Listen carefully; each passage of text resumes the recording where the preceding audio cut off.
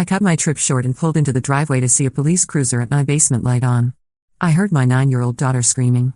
I ran downstairs and saw a deputy with her body cam accidentally off while my daughter's hands were zip-tied to a pipe.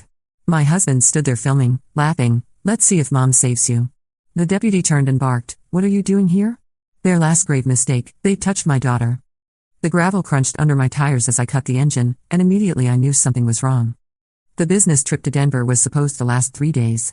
I'd made it 18 hours before the gnawing in my stomach, mother's instinct, my own mother used to call it, forced me to book an earlier flight home. Something about Marcus's last text had felt off. "Everything's fine here. Lily's being good." Too casual. Too clean. He never texted like that. In 12 years of marriage, Marcus had never once described our daughter as simply being good. She was brilliant, creative, stubborn, hilarious, exhausting, never just good. Now I understood why. A Riverside County Sheriff's cruiser sat in my driveway like a predator claiming territory. Its red and blue lights were off, but the engine still ticked with residual heat. Fresh arrival. The basement light glowed through the narrow window at ground level, a light that should never be on. Lily was terrified of the basement. Had been since she was 4 and fell down those stairs, splitting her lip on the concrete floor while Marcus and I were upstairs arguing about his mother's latest criticism of my work schedule. My daughter's scream cut through the October night air. Not a tantrum scream. Not an angry scream. Terror. Pure, animal terror that mothers recognize in their bones, the sound that makes your milk let down and your heart stop and your hands shake with adrenaline before your conscious mind even processes what you're hearing. I was out of the car and running before rational thought kicked in. The front door stood ajar, another wrongness that made my skin crawl. I pushed through, my heels clicking against hardwood as I flew toward the basement door. My briefcase hit the hallway wall and spilled papers across the floor. Legal documents scattered like autumn leaves. None of it mattered. "Mom." Lily's voice cracked with desperation from somewhere below. "Mom. Please." The basement door gaped open like a wound.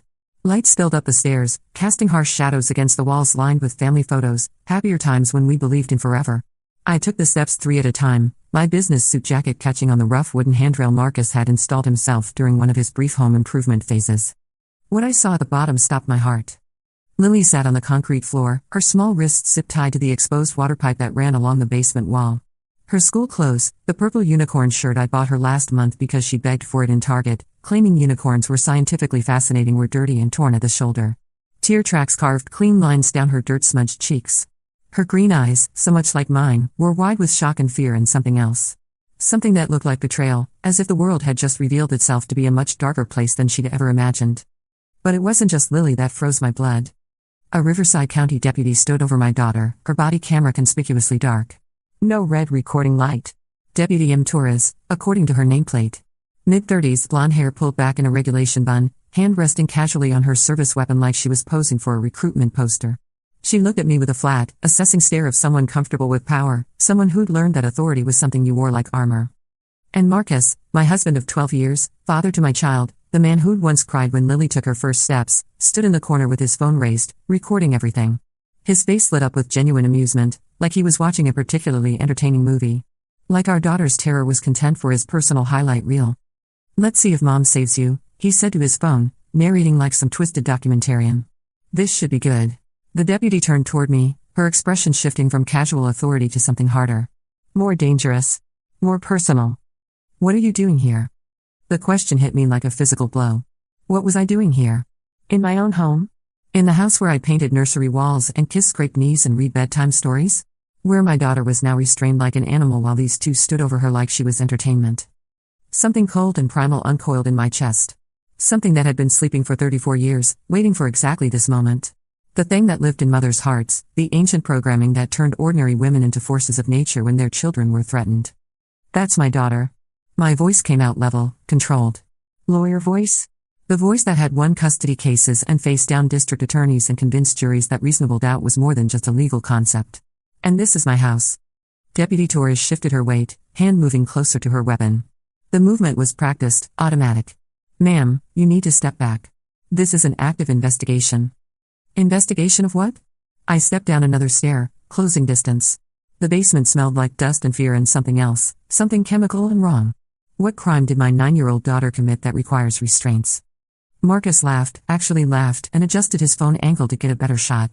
"Tell her about the drugs, Torres." My blood turned to ice water. "What drugs?" We received a tip about narcotics on the premises, Torres said, her voice taking on the practiced cadence of someone reciting from a script she'd memorized but didn't quite believe. During our search, your daughter became combative and had to be restrained for officer safety. I looked at Lily, all 60 pounds of her, wrists raw from struggling against plastic restraints, terror making her whole body shake like a leaf in a storm. Combative. Right. My daughter, who cried when she accidentally stepped on ants, who insisted we capture spiders in cups and release them outside because they have families too. Combative. Where's your warrant? I asked. Torres's jaw tightened almost imperceptibly. Attell. Your husband gave consent to search. I didn't consent to anything. I moved down another step, my heels echoing against the concrete walls. And I didn't consent to you traumatizing my child. Mom, I tried to run away but she grabbed me, Lily whispered, her voice small and broken like something precious that had been dropped. I told them you were coming home but they said you wouldn't want me anymore after they found the stuff. What stuff? I wanted to ask, but the answer was crystallizing with horrible clarity. The reason Marcus had been so eager for me to take this trip.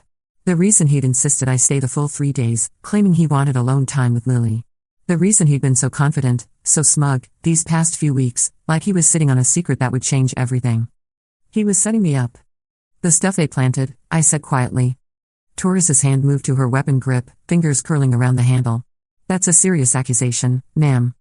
Is it? I reached the bottom of the stairs, my heels clicking against concrete that still bore the faint stain from Lily's accident years ago. Because I'm wondering why your body camera is off during what should be routine evidence documentation. The deputy's eyes flicked to Marcus, then back to me. Attell. A connection. They were coordinating, and not very well. Camera malfunctioned, she said. Did it malfunction before or after you zip-tied a third grader to a pipe? After she became combative. Show me the footage of her being combative. Camera was already malfunctioned by then. I smiled. Not a pleasant smile. The smile that had made opposing counsel request continuances and judges pay closer attention to my arguments. The smile that said I'd found the weakness in your story and I was about to exploit it until it bled. How convenient. Marcus stepped forward, still holding his phone like it was a shield against reality. Just cooperate, Sarah. Make this easy on everyone. Everyone. Like we were all in this together. Like the dissolution of our family was a team sport where everyone could win if we just follow the rules he'd written in secret. Put the phone down, Marcus. I don't think so. His smile was all teeth, no warmth. The smile I'd once found charming, back when I thought it meant he was confident rather than calculating. This is evidence. Documentation of your behavior during a lawful police action. Evidence. I almost laughed. He really thought he was clever. Thought he'd cornered me with his elaborate scheme, his fake emergency, his carefully orchestrated crisis. 12 years of marriage, and he still didn't understand who I was at my core. Still didn't understand that cornering me was like cornering a wildcat, dangerous for everyone involved. I turned back to Torres, studying her face with a clinical detachment I'd learned in law school. Looking for tells, for weaknesses, for the cracks in her performance. Deputy, I need you to remove those restraints from my daughter. Now. She stays restrained until the scene is secure. The scene is my basement. My daughter is not a suspect or a threat. She's a victim, and you're victimizing her further. She was interfering with a lawful search. She's 9 years old. My voice cracked on the last word, anger finally bleeding through the professional facade I'd been maintaining. Lily whimpered at the sound, and something inside me shifted. Evolved. Became something harder and more dangerous than it had been moments before. They had touched my daughter. Not just physically, though the raw marks on her wrists were enough to justify anything I was about to do. They had terrorized her. Made her believe her own mother wouldn't want her. Used her as bait in whatever sick game Marcus was playing with our lives. They had made her small and afraid in a world where she should feel safe and loved and protected. They had made her doubt that I would save her. Here's what's going to happen, I said, my voice dropping to a conversational tone that somehow carried more menace than shouting ever could. You're going to remove those restraints. You're going to turn your camera on. You're going to document the fact that you restrained a child without probable cause during an allegedly consensual search. And then you're going to call your supervisor and explain why you thought any of this was appropriate. Torres laughed, a short, harsh sound like breaking glass. Or what? The question hung in the basement air like smoke from a distant fire, acrid and warning of worse things to come. Or what? They really didn't know who they were dealing with. Marcus, I said without taking my eyes off the deputy. How much did you pay her? His phone wavered slightly in his grip. What are you talking about? Deputy Torres doesn't work Riverside County. I checked the department roster last month when you got that speeding ticket on the 60. She works San Bernardino County. So either she's way outside her jurisdiction for a simple drug tip, or she's not actually a deputy at all. Torres's hand dropped from her weapon. Just slightly. But enough to tell me I'd hit something true. The uniform's real, I continued, my voice taking on the rhythm of a closing argument. Good quality. Probably cost you a few $100s. But the badge is wrong. Riverside County badges have the county seal, the Spanish mission with the orange tree. Yours has the state seal. Easy mistake if you ordered it online without doing your research. Marcus had gone very still. His phone was still recording, but his face had lost that amused confidence. Now he looked like a man watching his carefully constructed house of cards begin to sway in an unexpected wind. The car outside is real too. Probably stolen from an impound lot, or maybe you have a friend in the department who owed you a favor. But the plates are expired, I saw them when I pulled in. 6 months expired. Real cops don't drive cars with expired plates. Torres stepped back, putting distance between herself and me. Her hand moved back toward her weapon, a mistake that told me everything I needed to know about her training.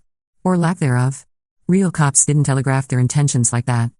You're bluffing, Marcus said, but his voice had lost its certainty. Now he sounded like a man trying to convince himself more than anyone else. Am I?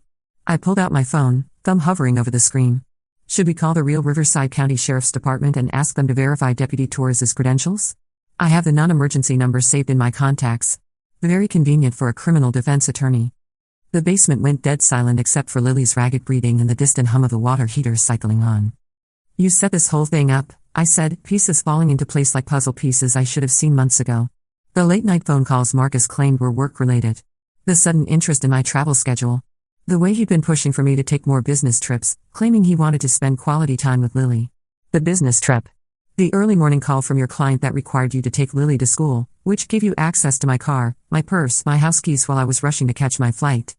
Marcus's Adam's apple bobbed as he swallowed hard. You planted whatever you planted while I was gone, then called in your fake tip to your fake deputy.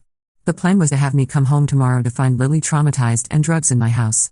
You'd have video of me obstructing justice or assaulting an officer. Evidence for the custody hearing that would make me look unfit, unstable, dangerous. That's insane, he whispered. Is it?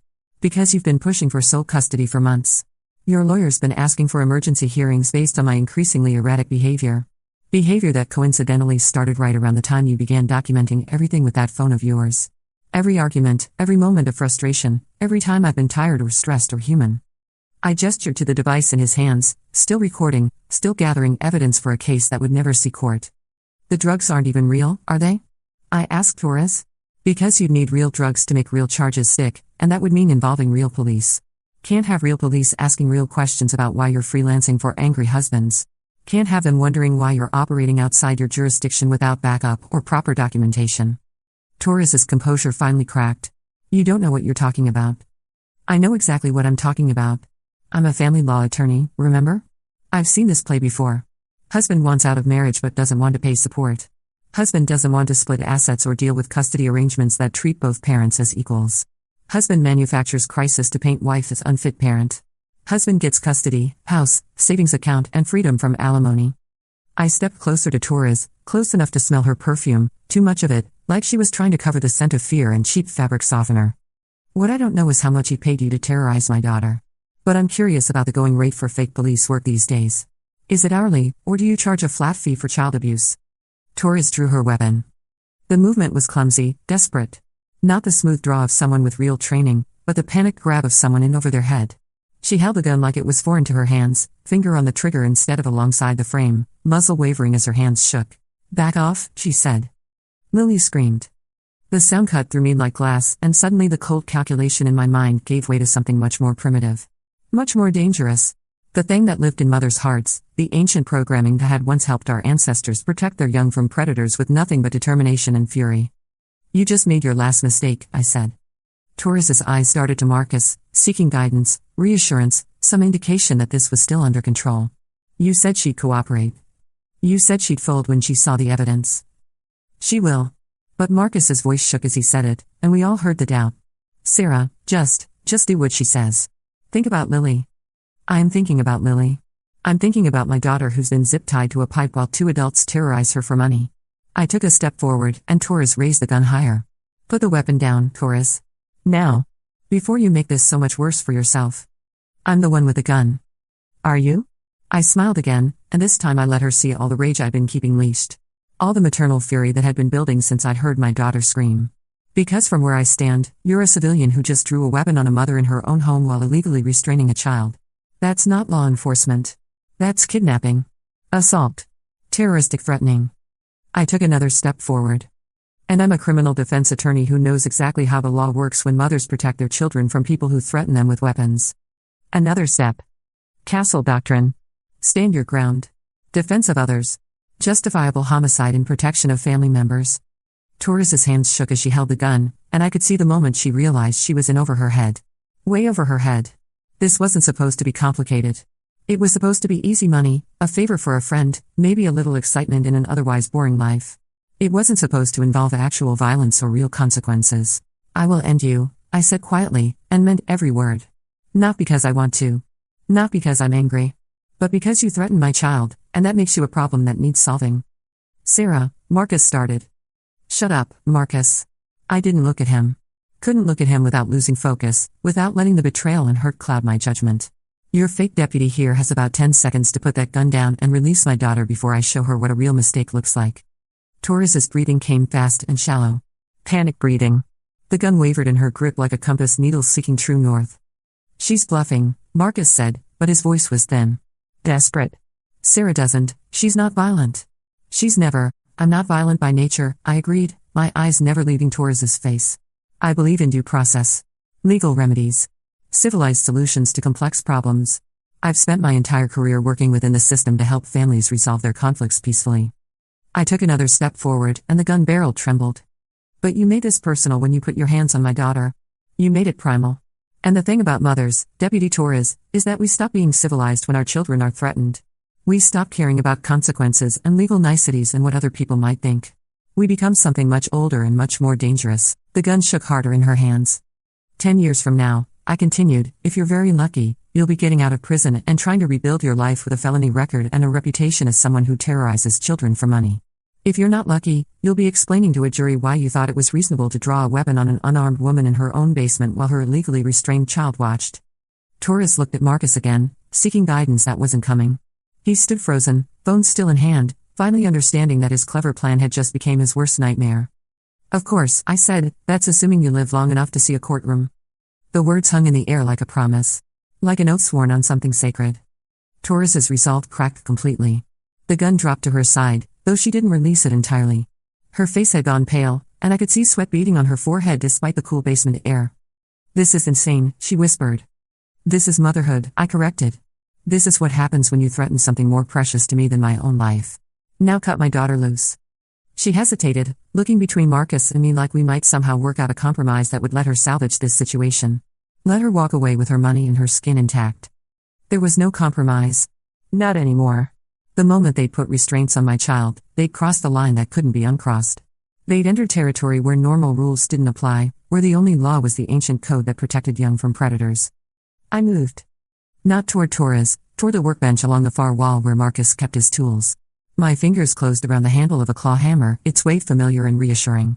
I'd helped him build Lily's treehouse with his hammer. Had used it to hang pictures of our family on walls that would soon belong to lawyers and judges and custody evaluators. Now it felt like justice in my hands. Torres raised the gun again, but her hands shook so badly I doubted she could hit the broadside of a barn. Stay back. Sarah, stop. Marcus's voice cracked with panic. Jesus Christ, just stop. This has gone too far. I turned the hammer in my grip, feeling its balance. Testing its heft. Cut her loose, Torres. Last warning. You're threatening a police officer. You're not a police officer. You're a criminal who made the mistake of targeting my child for your little theatrical performance. I stepped closer, hammer held casually at my side. Not threatening, exactly, but not hidden either. Available. Ready. Torres's finger moved to the trigger, and I saw the moment she made her decision. Saw the panic take over, the amateur's response to a situation spiraling beyond her control. Don't, I said softly. Because if you pull that trigger, if you fire a weapon in a basement with a child present, if you add reckless endangerment of a minor to your growing list of charges, I will take that gun away from you and beat you to death with it. The certainty in my voice surprised even me. But it was true. Absolutely, completely true. If she endangered Lily any further, if she added the trauma of gunfire to everything else she'd already done, I would kill her with my bare hands if necessary. With the hammer if it was easier. With whatever tool came to hand. Torres saw the truth in my eyes. Saw the complete absence of bluff or bravado or civilized restraint. Just cold, maternal calculation and the promise of consequences she wasn't prepared to face. She lowered the gun. Good choice, I said. Now cut the restraints. With shaking hands, Torres pulled a knife from her belt and approached Lily. My daughter pressed herself against the pipe, trying to get as far from the fake deputy as possible, her eyes wide with continued terror. It's okay, baby, I said, my voice gentle now. She's going to cut you loose, and then we're going to deal with this mess. Mommy's here now. The zip ties parted with small plastic snaps that seemed unnaturally loud in the basement quiet. Lily rubbed her wrists, red marks angry against her pale skin, then scrambled across the basement floor to me on hands and knees like a much younger child seeking safety. I wrapped my arms around her, feeling her small body shake against mine. She was safe. Scared and traumatized and probably going to need therapy, but safe. Alive. Unhurt beyond the marks on her wrists and the damage to her trust in the world's basic goodness. Mom, she whispered against my shoulder. I thought you wouldn't come home. They said you were done with me, that you were going to let them take me away. I will always come home to you, I said fiercely, smoothing her hair with one hand while keeping the hammer ready in the other. Always. No matter what anyone tells you, no matter what happens, I will always fight to get back to you. Over Lily's head, I stared at Marcus. My husband. The father of my child. The man who had once promised to love and protect our family, who had stood at an altar and sworn oaths that apparently meant less to him than winning a custody battle. 12 years, I said. He flinched to the flatness in my voice. 12 years of marriage. 9 years of raising our daughter together. Building a life, a home, a family. And this is how you want it to end? With fake police and planted evidence and traumatizing our child? It wasn't supposed to go this way, he said weakly, and I almost laughed at the absurdity of it. She was supposed to cooperate, to make it easy. You were supposed to come home tomorrow and just accept it. Accept what? That you'd framed me? That you terrorized our daughter to get leverage in a divorce proceeding? I needed evidence. His composure finally snapped, and the calm, calculating man I'd been married to dissolved into something desperate and ugly. For the custody hearing. Your work schedule, the way you prioritize your cases over family time, the way you're never here when she needs you. So you hired someone to traumatize our daughter instead of having an adult conversation about our problems? You never listen. His voice rose to almost a shout. Every time I try to talk to you about anything, you shut me down with logic and legal precedent and that voice you're using right now. Like you're cross-examining me instead of talking to your husband. This voice? You mean the voice of someone who's had enough of your passive-aggressive crap? The voice of someone who just discovered that her husband is willing to traumatize their child for strategic advantage? Lily stirred in my arms, making small distressed sounds at the raised voices. I was scaring her with my anger, losing control when she needed me to be strong and steady and safe. I took a breath. Reset. Forced my voice back to a calm, controlled tone. Torres, I said without looking at the fake deputy. You have two choices. You can leave now, walk up those stairs, get in your stolen police car, and drive away. Or you can stay and explain to actual police officers why you thought this was a good idea. She was already moving toward the stairs before I finished speaking, gun still in her hand but held down at her side like dead weight. If I see you near my daughter again, I called after her, if I see you near my house, if I even hear that you've been asking questions about my family, I will make sure you spend the next decade in prison. Do we understand each other? Her footsteps on the wooden stairs, quick and desperate, were answer enough. Marcus and I stared at each other across the basement, our daughter between us like a bridge we'd both tried to burn. The silence stretched long and uncomfortable, filled with the weight of broken promises and destroyed trust. It's over, Marcus, I said finally. Whatever we had, whatever we were trying to save, it's done. Sarah, no. You crossed the line. You involved our child in your revenge fantasy. You hired someone to terrorize her so you could get better divorce terms. He held up the phone, still recording. I have everything recorded. Your threats, your behavior, the way you handled this situation. Your evidence of what? Me protecting my daughter from people who were threatening her? I almost laughed. Submit that to the court. Please. Let a family court judge see exactly what kind of man you are. The phone wavered in his grip as reality began to set in. You set up an elaborate fraud to gain custody of a child you were willing to traumatize for strategic advantage, I continued. You hired a fake police officer to restrain a 9-year-old and terrorize her with threats that her mother had abandoned her. How do you think that's going to play with a family court judge? His face crumpled as the full scope of his situation finally sank in. The clever plan that was going to solve all his problems had just become the thing that would destroy any chance he had of maintaining a relationship with his daughter. I just wanted, he started, then stopped, because there was no way to finish that sentence that didn't make him sound like a monster. You wanted to punish me for being successful. For prioritizing my career. For not being the wife you thought you married when we were both 22 and stupid. I shifted Lily's weight in my arms, her breathing finally starting to slow toward normal. But punishment was supposed to be your burden, not hers. She never asked to be born into this mess. Through the basement window, I heard Torres's fake police car start up and pull away with a squeal of tires on asphalt.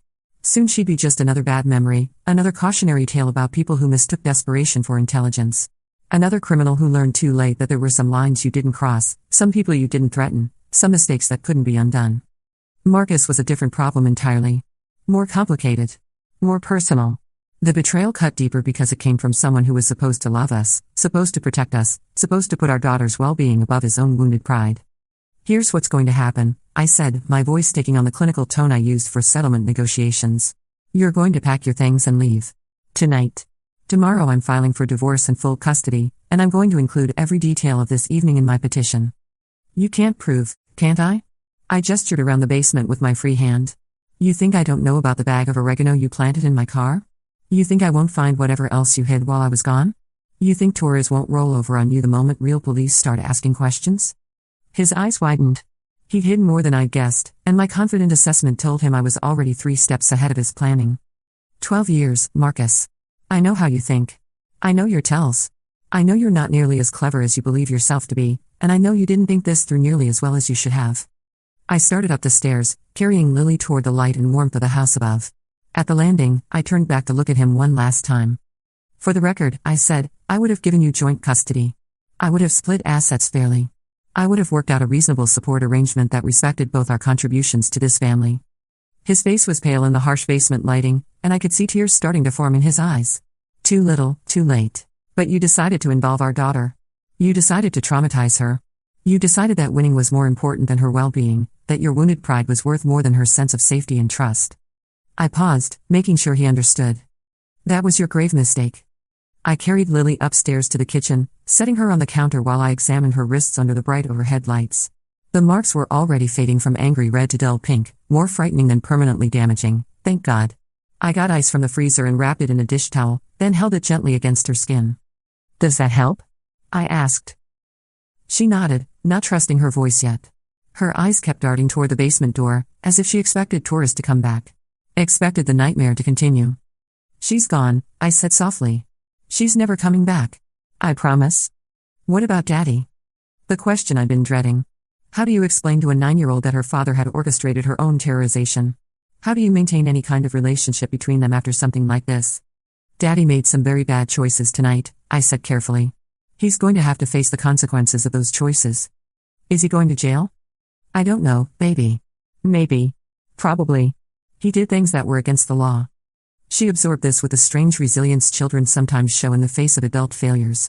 Will I still see him? Do you want to see him? She thought about it with the seriousness of someone much older than 9. I don't know. Not for a while, maybe. Not until I stop being scared that he might do it again. Smart girl. Smarter than her father, certainly. 2 hours later, Marcus's car pulled out of our driveway for the last time, loaded with hastily packed belongings and broken dreams. I watched from the kitchen window while Lily slept upstairs, finally exhausted by trauma and relief in equal measure. My phone buzzed with a text from an unknown number. This isn't over. You think you won tonight, but you have no idea what's coming. I smiled as I typed back, yes, it is. And if you contact me or my daughter again, I'll have you arrested for harassment. Your fake deputy friend is probably already talking to real police. I'd be more worried about your own problems than mine. Then I blocked the number, took a screenshot of the conversation for my lawyer, and went upstairs to check on my daughter. She was curled up in her bed, clutching the stuffed elephant she'd had since she was 2. Mr. Peanuts, she'd named him, back when she'd thought peanuts were the funniest thing in the world. In sleep, her face had lost the haunted expression she'd worn in the basement. She looked peaceful. Safe. Like a child should look. I sat in the chair beside her bed, the same chair where I'd read her bedtime stories since she was old enough to understand words. The same chair where I'd comforted her through nightmares and sickness and the ordinary fears of childhood. Now I had to figure out how to help her through the extraordinary fear of adults who couldn't be trusted, of parents who might hurt you for reasons you couldn't understand. My phone rang softly. I glanced at the screen, my sister Kate, probably calling to check on how the business trip had gone. I let it go to voicemail. There would be time for explanations later, time for the long process of helping Lily heal and rebuilding our lives without Marcus. Tonight was for standing guard. For being present. For making sure my daughter knew that whatever happened, however the adult world failed her, I would always be here. Tomorrow would bring lawyers and court filings and the complex machinery of divorce. There would be depositions and discovery and battles over every aspect of our former life together. There would be therapy sessions and careful conversations about trust and safety. There would be reporters, probably, once word got out about the fake deputy and the child restraints and the elaborate fraud. Marcus's little scheme was going to make headlines, and not the kind he'd wanted. But tonight, my daughter was safe in her own bed, and the people who had threatened her were gone. Outside, October wind rattled the windows, but inside was warm and quiet and secure. I pulled a blanket over Lily's sleeping form and smoothed her hair back from her forehead. She stirred slightly at my touch. "Mom?" she whispered without opening her eyes. "I'm here, baby. Are you going to stay?" "As long as you need me to." "Forever?" I thought about all the ways that word could be interpreted. Forever until she grew up and didn't need me to stand guard anymore. Forever until the nightmares stopped and she could sleep without fear. Forever in the sense that no matter what happened, no matter how far apart life took us, I would always be her mother and she would always be my daughter. Forever, I promised. She smiled without opening her eyes and drifted back towards sleep. I stayed in that chair until dawn, watching her breathe and thinking about the difference between justice and revenge. About the things we do for love and the prices we pay for protection.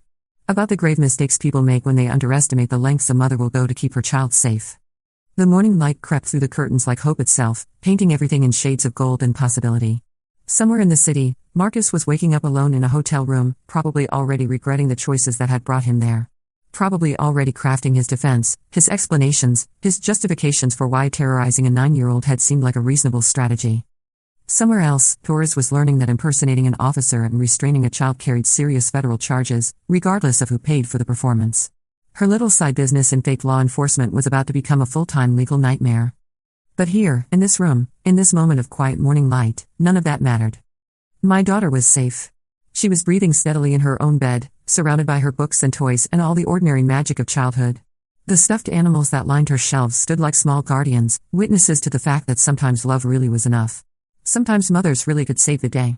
My phone buzzed softly against my leg. A text from my law partner. Saw the news alert. "Are you and Lily okay? Do you need anything?" The news alert. Right. Marcus's little performance had probably triggered some automatic reporting system when Torres's fake police car was spotted leaving a residential area at high speed. Or maybe a neighbor had called in suspicious activity. Either way, the story was already getting out. I typed back, "We're fine. Taking tomorrow off. We'll explain everything Monday. Take the week, take 2 weeks. I'll handle your caseload." I smiled at the phone. Good partners were hard to find, and Janet had always had my back during the difficult times.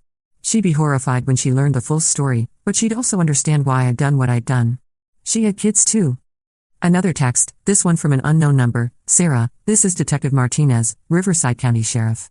We have Torres in custody. Need to interview you and your daughter when you're ready. No rush." A real detective. A real investigation. Torres's night was about to get much worse. I typed back, "Thank you. We'll call this afternoon to schedule." The sun climbed higher, casting long shadows across Lily's room. Soon she'd wake up and we'd have to start the long process of healing from last night's trauma. There would be questions I couldn't answer and fears I couldn't immediately dispel.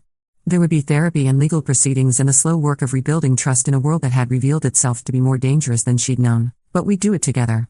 One day at a time, one conversation at a time, one small victory at a time. My phone rang again. This time I recognized the number, my mother, probably having seen whatever news report was already circulating. "Hi, Mom." "Sarah? Honey, I just saw something on the news about a police investigation at your address. Are you and Lily all right?" I could hear the worry in her voice, the maternal instinct that never really goes away no matter how old your children get. "We're fine, Mom. It's complicated. Marcus and I are getting divorced." "Oh, honey." A pause. "Do you need me to come up there?" I looked at Lily, still sleeping peacefully despite everything that had happened. Did we need help? Probably. Did we need family around us while we figured out how to move forward? Definitely. Actually, yes. If you could come for a few days, that would be wonderful. I'll be there by noon. Should I bring anything? Just yourself. And maybe some of those chocolate chip cookies Lily loves. Consider it done. Sarah? Yeah, Mom? Whatever happened, whatever Marcus did, you did the right thing protecting her. I felt tears prick at my eyes for the first time since this whole nightmare began. How do you know I protected her? Because you're her mother. It's what we do. After we hung up, I sat in the growing morning light and let myself cry. Not from sadness, exactly, but from relief.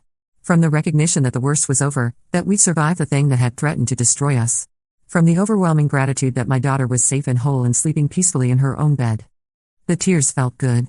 Cleansing. Like washing away the last residue of the life I thought we were living and making space for whatever came next. Lily stirred as the sun reached her face, blinking slowly awake. For a moment she looked confused, disoriented. Then she saw me sitting beside her bed and smiled. "You stayed," she said. "I told you I would. I had a dream that everything was okay. That Daddy was sorry and that lady was gone and we were safe. That wasn't a dream, baby. That's real life." She sat up in bed, suddenly more alert. "Really? It's over?" "The scary part is over. There's still going to be some complicated stuff with lawyers and courts and things, but you don't have to worry about any of that. That's grown-up stuff. Your job is just to be 9 years old." She considered this seriously. "Can I still see Daddy sometime? Even if you did bad things?" The question I'd been dreading but knew was coming. How do you explain to a child that her father had orchestrated her own terrorization while still preserving some possibility of a relationship between them? "I don't know yet, sweetheart. That's going to depend on a lot of things. But if you want to see him someday, if you decide you're ready for that, we'll figure out a way to make it safe." "What if I'm never ready?" "Then you're never ready, and that's okay too. This is your choice, not mine or his or anyone else's." She nodded gravely, processing this information with the seriousness of someone much older than her years. "Mom?" "Yeah? I'm proud of you for saving me." The simple words hit me like a physical blow, and I had to blink back fresh tears. "I'm proud of you for being so brave." I wasn't brave. I was scared the whole time. Being brave doesn't mean you're not scared, baby. It means you do what you have to do even when you are scared.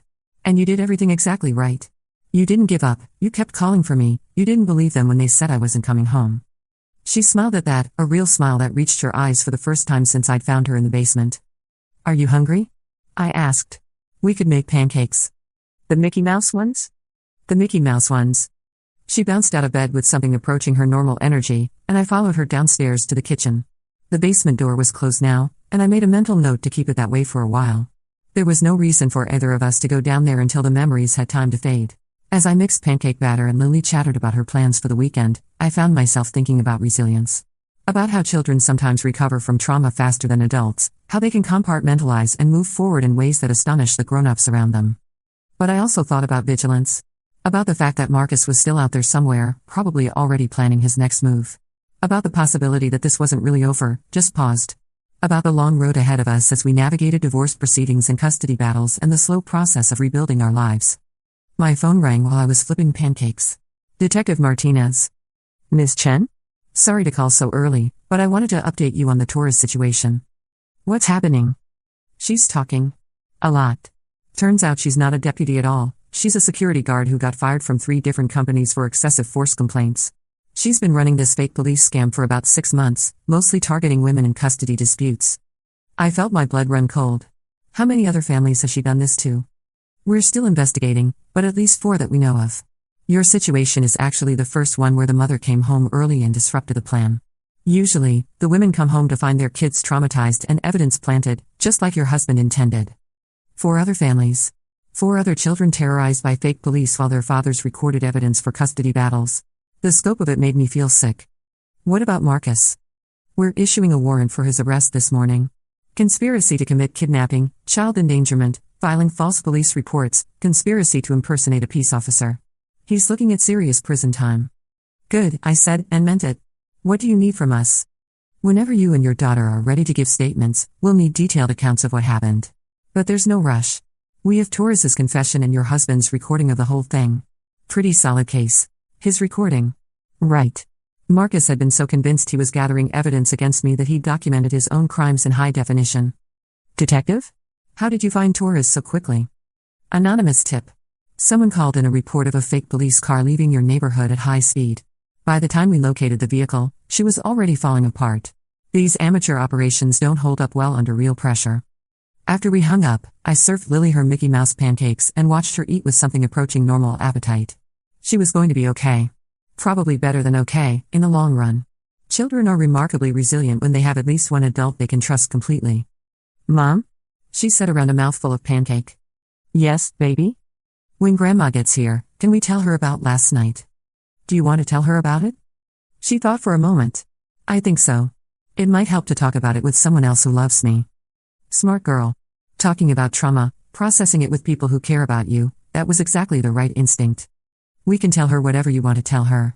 And we don't have to tell her anything you don't want to talk about. What if she's angry at Daddy? She probably will be angry at Daddy. Grown-ups get angry when children are hurt, especially when other grown-ups do the hurting. Will she be angry at me? The question broke my heart. Oh, sweetheart. No one is angry at you. No one could ever be angry at you for what happened last night. You didn't do anything wrong. Not one single thing. She nodded, but I could see the doubt in her eyes. The irrational guilt that trauma survivors often carry, the sense that they must have somehow brought the bad thing on themselves. We'd need to work on that. Therapy would help, but mostly it would just take time and repeated reassurance. Time for her to really believe that she was the victim, not the cause. Time for her to trust that the people who loved her would always see her as precious and innocent and worth protecting. My mother arrived at 11:30, as promised, with a container of chocolate chip cookies and a suitcase that suggested she was planning to stay longer than a few days. She took one look at my face and Lily's too bright smile and immediately understood that whatever had happened was serious. Kitchen, she said after hugging us both. Coffee. Now. So we sat around the kitchen table, 3 generations of women who'd learned the hard way that sometimes you can't trust the men in your life to protect what matters most, and I told the story. All of it. The fake deputy, the restraints, the planted evidence, the recording. Marcus's elaborate plan to destroy my reputation and steal our daughter. My mother listened without interruption, her face growing harder with each detail. When I finished, she was quiet for a long moment. That son of a, she said finally, and Lily's eyes went wide at hearing Grandma swear. Language, Mom, I said automatically. No. Absolutely not. There is no appropriate language for what that man did to my granddaughter. Son of a gun is actually quite restrained, considering. She turned to Lily, her expression softening. Are you okay, sweetheart? Really okay? Lily nodded. I was scared, but Mom saved me. She was really brave. I'm sure she was. Your mom has always been fierce when it comes to protecting the people she loves. What's going to happen to Daddy? My mother looked at me, and I nodded. Lily deserved honest answers, age-appropriate but truthful. He's going to get in very serious trouble with the police and the courts, my mother said gently. What he did was against the law, and when grown-ups break the law, they face consequences. Will I still have a daddy? The question that had been lurking underneath all the others. The one that got to the heart of what this meant for Lily's future, her identity, her sense of family. You'll always have a daddy, I said carefully. But your relationship with him is going to be different now. Changed. It might take a long time to figure out what that looks like. Can daddies stop being daddies? Biologically? No. You'll always be his daughter and he'll always be your father. But being a good daddy is about more than biology. It's about making choices that protect and love and support your child. Last night, Daddy made choices that did the opposite of that. She absorbed this with the gravity of someone much older, and I was reminded again of how much this experience had aged her. How much innocence she'd lost in one terrible evening. But there was strength there too. A core of resilience that I recognized from my own childhood, from the moments when my mother had shown me that women could be both gentle and fierce, both nurturing and dangerous when circumstances required it. I think, Lily said slowly, I want to be angry at him for a while. That's okay, I said. You're allowed to be angry. You're allowed to feel however you feel about what happened. How long do I get to be angry? As long as you need. There's no time limit on feelings, baby. She nodded seriously, then took a bite of cookie. These are really good, Grandma. Thanks, sweetheart. There are plenty more where those came from. We spent the rest of the day doing normal things. Watching movies, playing board games, making lunch together. Simple activities that helped restore a sense of routine and safety. My mother was perfect, present without being overwhelming, supportive without being dramatically emotional. That evening, after Lily had gone to bed, Mom and I sat on the front porch with glasses of wine, watching the sunset paint the sky in shades of orange and pink. How are you really doing? She asked. I thought about it. Relieved, mostly. And grateful. And angry as hell, but trying not to let Lily see that part. You don't have to hide your anger from her entirely. Kids need to see that the adults in their lives take their safety seriously enough to get upset when it's threatened. I know. It's just. She's been through enough. She doesn't need to deal with my rage on top of her own trauma. Your rage isn't separate from her trauma, honey. It's a response to it. It's proof that what happened to her matters, that she matters. I sipped my wine and considered this. He really thought he could win. He really believed that terrorizing our daughter was a reasonable strategy for getting what he wanted. Men like Marcus don't see children as fully human, my mother said quietly. They see them as assets to be won or lost, as tools to be used against their ex-wives.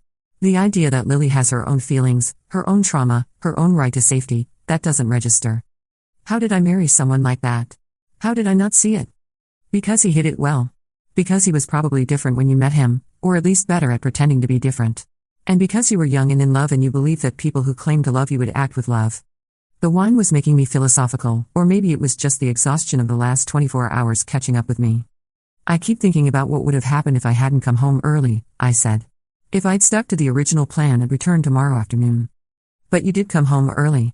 Your instincts told you something was wrong and you listened to them. What if I hadn't? Then you would have found your daughter traumatized and evidence planted in your house, and you would have had to fight the battle from a much more difficult position. But you still would have fought it, and you still would have won. How can you be so sure? My mother smiled. Because you're my daughter. Because I raised you to be strong and smart and absolutely ruthless when it comes to protecting what matters most. Because you're a mother yourself now, and mothers don't give up. We sat in comfortable silence as the sky darkened and the first stars appeared. Tomorrow would bring more challenges, lawyers and court appearances, and the complex process of disentangling a life shared with someone who had revealed himself to be capable of unthinkable cruelty.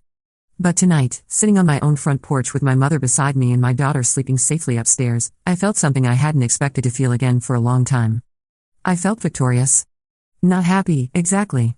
There was too much damage to repair, too much trust to rebuild. But victorious in the way that survivors are victorious, scarred but standing, wounded but still breathing, forever changed but fundamentally unbroken. Marcus had made his grave mistake when he decided to involve our daughter in his revenge fantasy. He'd underestimated the lengths I would go to protect her, the resources I could bring to bear when pushed too far, the simple fact that threatening my child was the one thing guaranteed to turn me from a reasonable woman into something much more dangerous. Now he would spend years in prison thinking about that mistake. And Lily and I would spend those same years building something better than what we'd had before, a life based on truth instead of manipulation, on love instead of strategy, on the unshakable foundation of a mother's promise to always, always come home.